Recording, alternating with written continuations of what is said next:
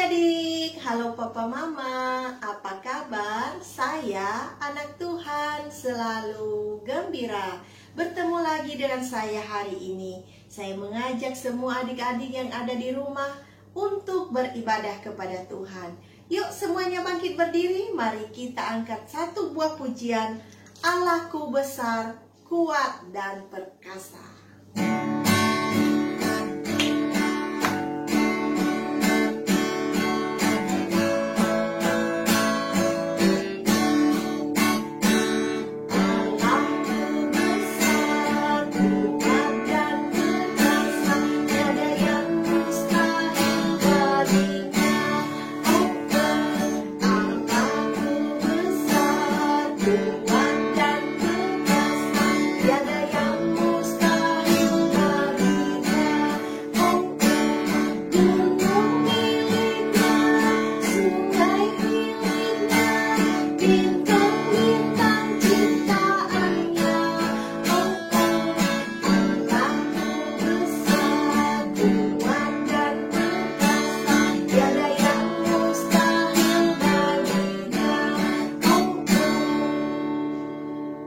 Baiklah adik-adik, silakan duduk kembali. Semuanya lipat tangan, tutup matanya. Mari kita berdoa.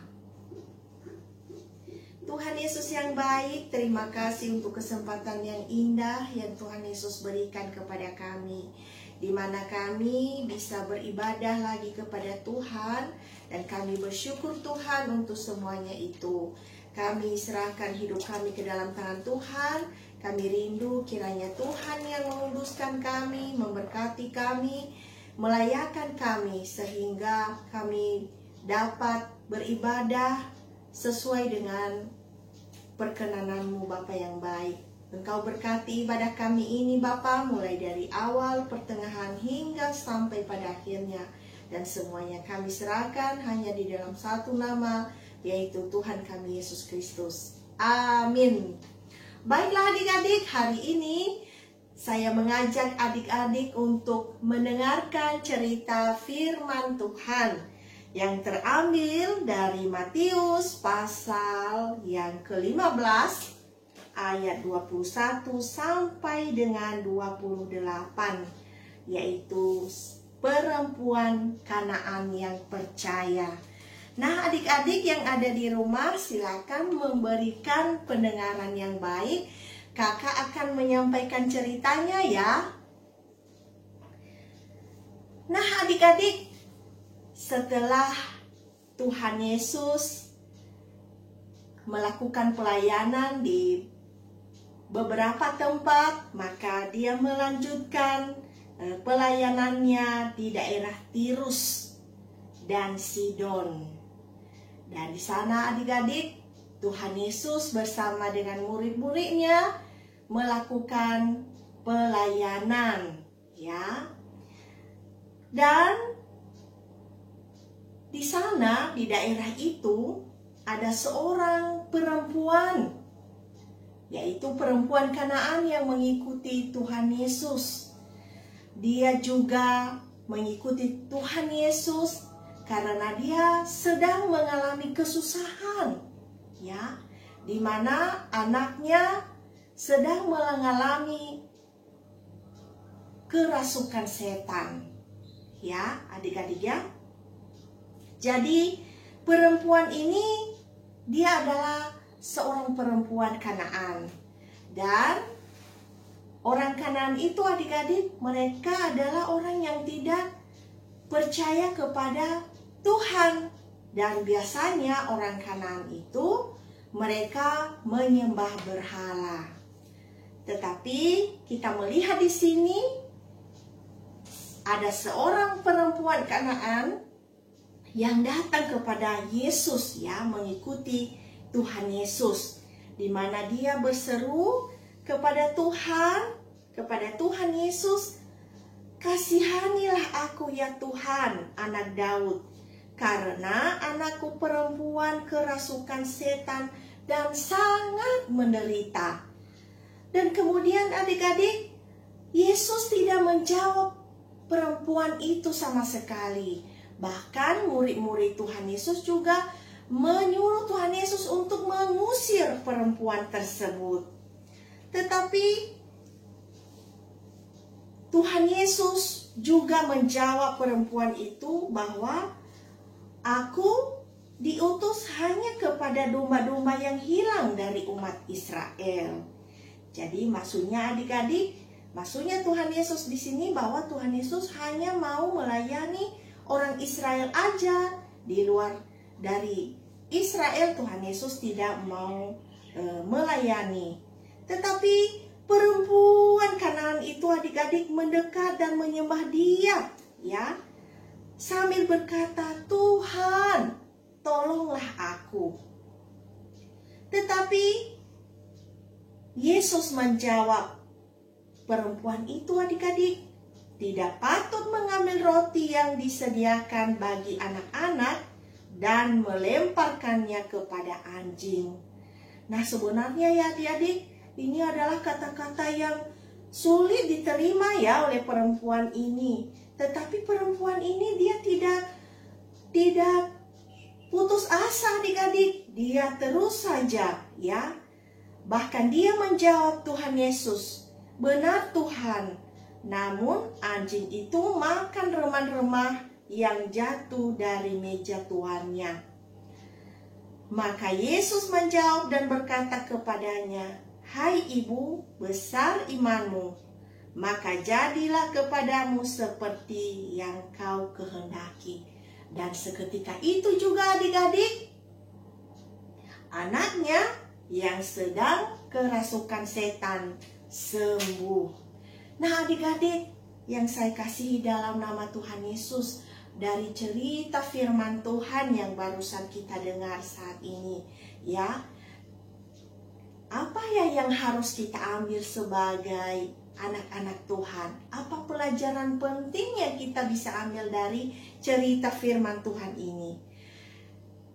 Pelajaran pertama yang perlu kita ambil adalah bahwa perempuan Kanaan, dia tahu kemana dia pergi meminta pertolongan adik-adik. Padahal kita tahu bahwa orang Kanaan adalah orang yang tidak mengenal Tuhan. Mereka menyembah Baal. Tetapi perempuan Kanaan ini, dia tahu kepada siapa dia meminta pertolongan yang tepat. Dia datang kepada Yesus. Dia tahu meskipun selama ini dia hanya melihat mukjizat, tetapi dia percaya juga bahwa Tuhanlah yang sanggup memberikan kesembuhan kepada anaknya yang kerasukan setan. Jadi adik-adik, dari firman Tuhan ini kita belajar, apalagi kalau kita sakit, kalau kita susah, jangan salah pergi kemana ya. Harus datang kepada tujuan yang tepat, yaitu datang kepada Yesus meminta pertolongan. Karena Tuhan Yesuslah satu-satunya yang bisa menolong kita, memberikan kekuatan kepada kita, bahkan menyembuhkan kita dari berbagai macam kesulitan, dari berbagai macam sakit penyakit yang kita alami. Nah, kemudian adik-adik, hal yang kedua yang perlu kita pelajari dari seorang perempuan Kanaan ini adalah di mana ketika kita meminta sesuatu, kita juga harus menunjukkan sikap yang baik adik-adik. Ya, kita melihat perempuan ini bagaimana dia berjuang ya, berjuang dengan imannya ya. Meskipun ada kata-kata yang mungkin membuat dia sebenarnya lemah adik-adik ya, tetapi dia terus saja ya semangat untuk meminta tolong kepada Tuhan. Terus saja dengan tidak putus asa. Meskipun Tuhan Yesus tidak mendengarkan dia, meskipun Tuhan Yesus melemparkan kata-kata bahwa Tuhan Yesus hanya datang kepada orang Israel saja adik-adik, tetapi kita tahu bahwa perempuan Kanaan ini dia percaya juga ya. Dia tidak jemu-jemu adik ya. Dia selalu menunjukkan sikap yang baik. Jadi ketika kita meminta sesuatu adik-adik, kita harus menunjukkan sikap yang baik ya. Jangan hanya sekali aja meminta sesuatu, udah deh mengalah ya. Tetap semangat, tunjukkanlah sikapmu yang baik. Terlebih kepada Tuhan kalau kamu sedang meminta sesuatu. Nah, jadi adik-adik, itu saja cerita kakak yang sangat singkat hari ini. Semoga memberkati anak-anak yang ada di rumah saat ini ya. Dan yang merupakan ayat hafalan bagi kita terambil dari Matius pasal 15 ayat yang ke-28. Kakak akan baca ya, Matius pasal 15 ayat 28. Maka Yesus menjawab dan berkata kepadanya, "Hai ibu, besar imanmu, maka jadilah kepadamu seperti yang kau kehendaki." Dan seketika itu juga anaknya sembuh. Amin. Semua lipat tangannya, tutup matanya, mari kita berdoa. Tuhan Yesus yang baik, terima kasih untuk cerita yang sangat singkat hari ini, di mana kami belajar dari seorang perempuan Kanaan, di mana latar belakangnya belum percaya kepada Tuhan, tetapi dia melihat bahwa hanya Tuhan Yesus yang sanggup memberikan kesembuhan kepada anaknya yang kerasukan setan. Bahkan kami belajar Bapa dari perempuan ini, bahwa hanya Engkaulah Tuhan kami satu-satunya yang mampu memberikan jalan keluar, bahkan kekuatan bagi kami ketika kami dalam kesulitan, ketika kami dalam kesusahan. Bahkan juga kami berdoa kepadamu Bapa, kiranya Tuhan Engkau saja Bapa yang memberikan kekuatan kepada kami di dalam melakukan firman-Mu ini.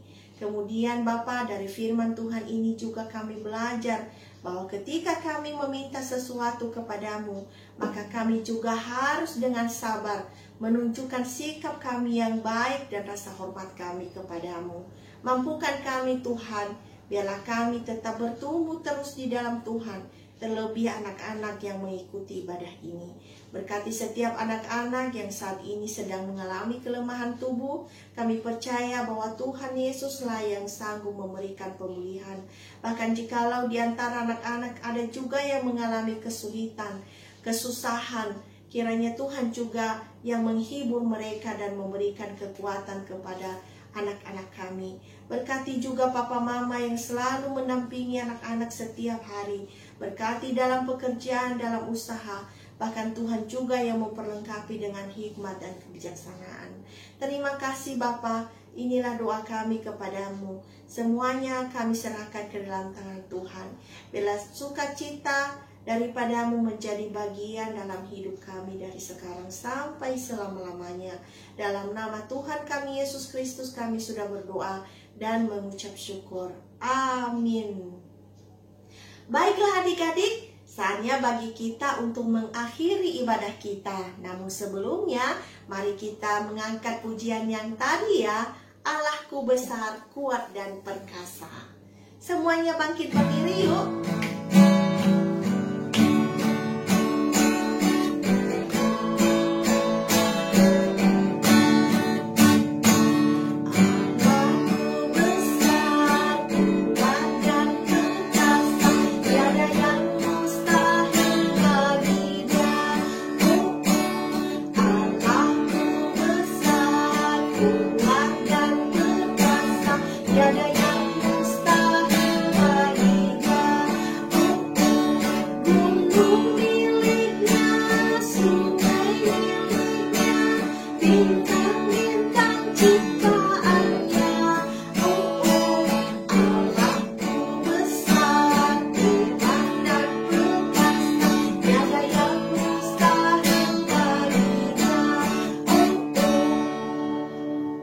Baiklah adik-adik, sekian dulu untuk hari ini. Sampai bertemu minggu depan.